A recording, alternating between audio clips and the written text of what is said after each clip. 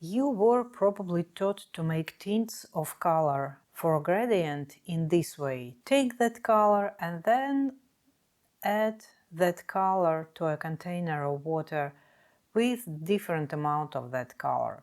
For example, for a darker tint, 7 drops of paint or dye, whatever you use, and for a lighter tint, say 3 drops. Sometimes you really do need a particular tint in a large amount, but I think there is a much easier way to fill silk with a gradient. I just had someone ask me about this recently, so I'll show you.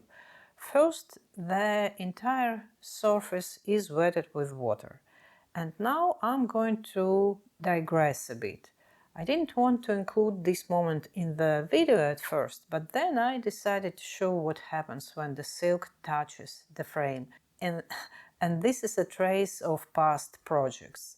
To avoid this, the frame can be covered with masking tape each time, and then peel off the tape with a paint residue on it. Then your frame will always stay clean. Maybe you find this tip useful. So we fill the whole area with water and look, it's very simple. You take the paint, and please don't pay attention to the frame, which is translucent. So you just take the paint and start to apply it, gradually moving to the opposite edge. And then you can get more water on the brush and just rub it all in, as thoroughly as you want your gradient to be smooth. But on silk it spreads out pretty evenly as it is. The main thing is to make sure that there's plenty of moisture on the silk. If you need more contrast, you can paint the darkest area again with concentrated and diluted paint or dye. Depends on what you are using. For large areas, you want to use a larger brush, and for small areas, a smaller one.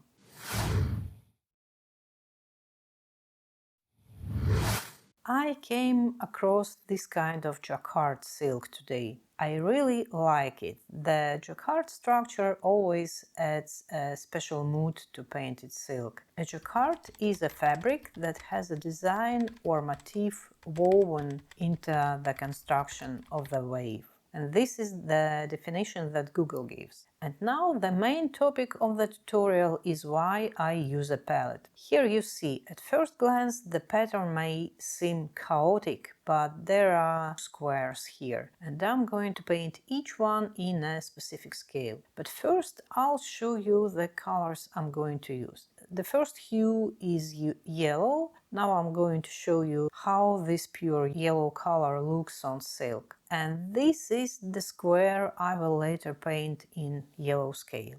The second color is crimson, but if you want to call it properly, it's magenta. And the third color is quite bright blue, close enough to cyan. And now I will explain why my choice fell on these three colors. It's believed that you can get any color from red, yellow and blue. But from my experience, I can say that this is not quite true. As you can see, these two colors are warm, and you can't get a cool color with them. At least not with my dyes. But if we take a cold version of the same colors, then instead of red we take magenta, instead of blue we take cyan, our possibilities expand. That is, we can stay in the cool range and can quite simply make it warm. And I'm going to show you all these possibilities today, but we have to be careful in choosing the color of dyes or paints. The cleaner and brighter we choose the color, the easier it will be for us to mix them. Now look, this color is called magenta. Okay, that's probably true, but it's a heavy and pretty dark color. But whatever we mix it with, it will almost always give us a dirty and pleasant color. So once again, the cleaner and brighter our source hue are, the easier it will be for us to work with them, and the result would be more predictable. But let's get back to practice. I mix yellow with a little bit of magenta right on the plate, which is my palette, as usual, and I get a warm peachy color. It's practically orange. And now I add water.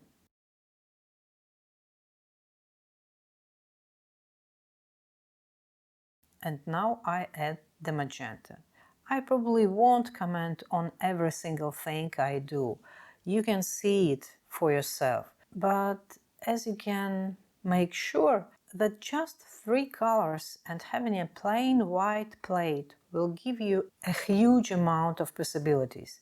It's a difference in color, a difference in saturation, shades and tints, and most importantly, it's always picturesque and beautiful range. And all this is easily achieved with just three colors instead of huge amount of ready-made paints that will cost you a ton of money, especially if you are just starting to paint silk. Then gradually you can add the colors you need.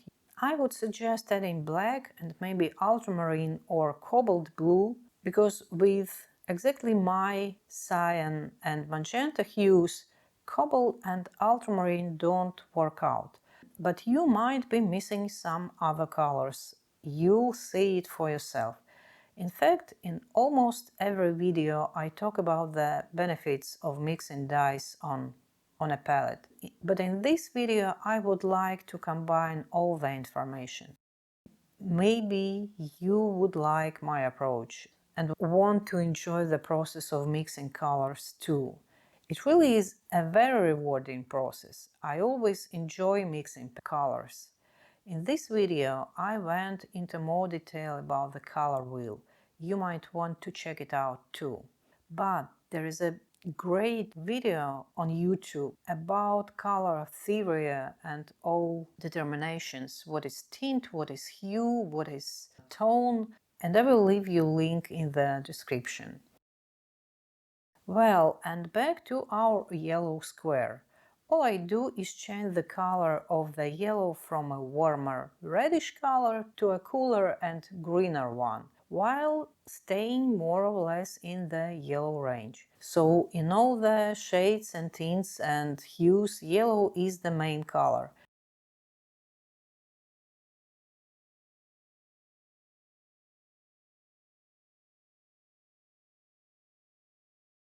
Here you can see a darker brown, and if you add more cyan, you get a greener color.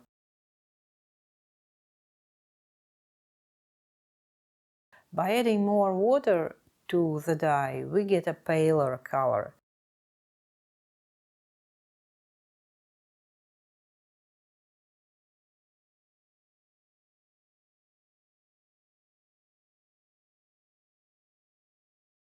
The combination of light and dark give us contrast and dynamism. So this is the variety of richly colored yellow square we ended up with.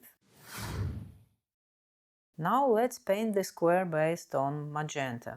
I mean that the main color in our hues will be magenta, and we will add either cyan or yellow in different proportions. When mixing a hue of magenta and cyan, you get this purple color.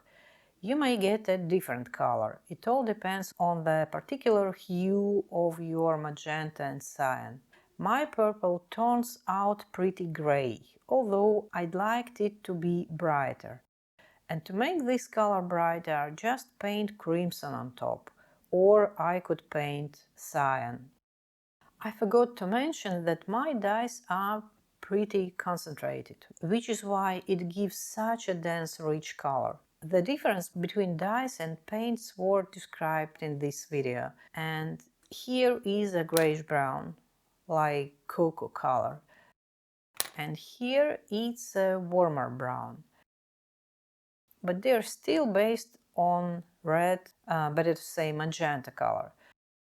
To emphasize this warm brown, I add cyan on the sides, and the brown immediately seems more brown. In general, our perception of color depends a lot on what color is next to it. So sometimes a color can be changed without touching it, but by the changing the color next to it. Technically, the first color itself doesn't change, of course not, but our perception of the color changes. That's not red at all in our red square, but we can change that by overlapping it with red or magenta.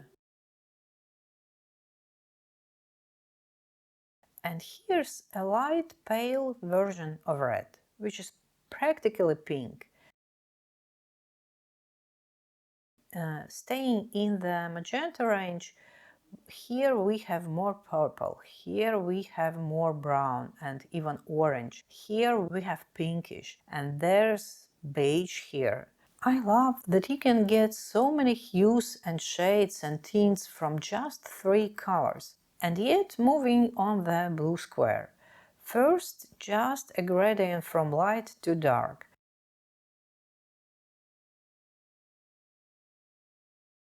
And now mixing the cyan with everything on the palette resulted in a noble teal. Probably I should have washed the palette.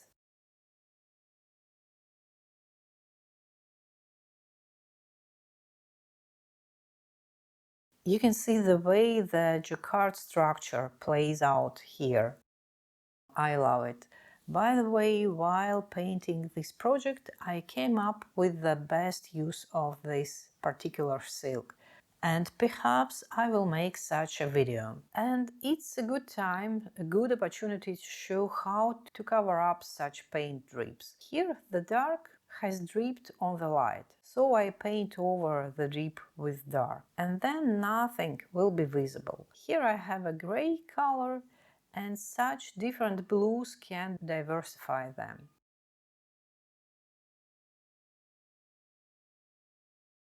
Look, here it's dark, here it's light, and here, on the contrary, next to the dark is a light color and next to the light is a dark color. And this game of contrast gives us dynamism and expressiveness. So here we have absolutely different scales, rich and diverse, and we used only 3 colors. Isn't that a miracle? I'm enjoying it. And let the last square be gray. I'm going to show it on the fast track. And I'll just say a few words about pattern selection. Since this video is mainly aimed at beginners, I picked this geometric pattern.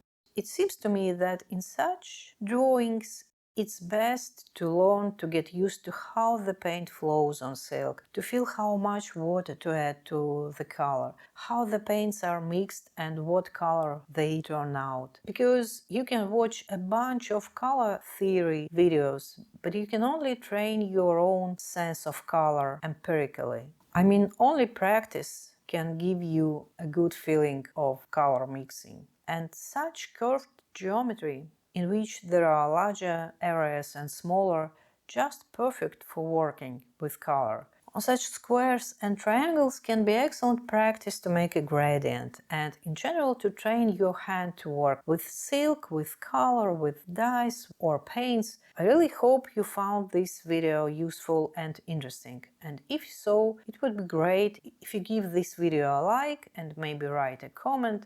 That would be great. In the meantime, enjoy the final result. So, good luck to your mastering color mixing, and I'll see you.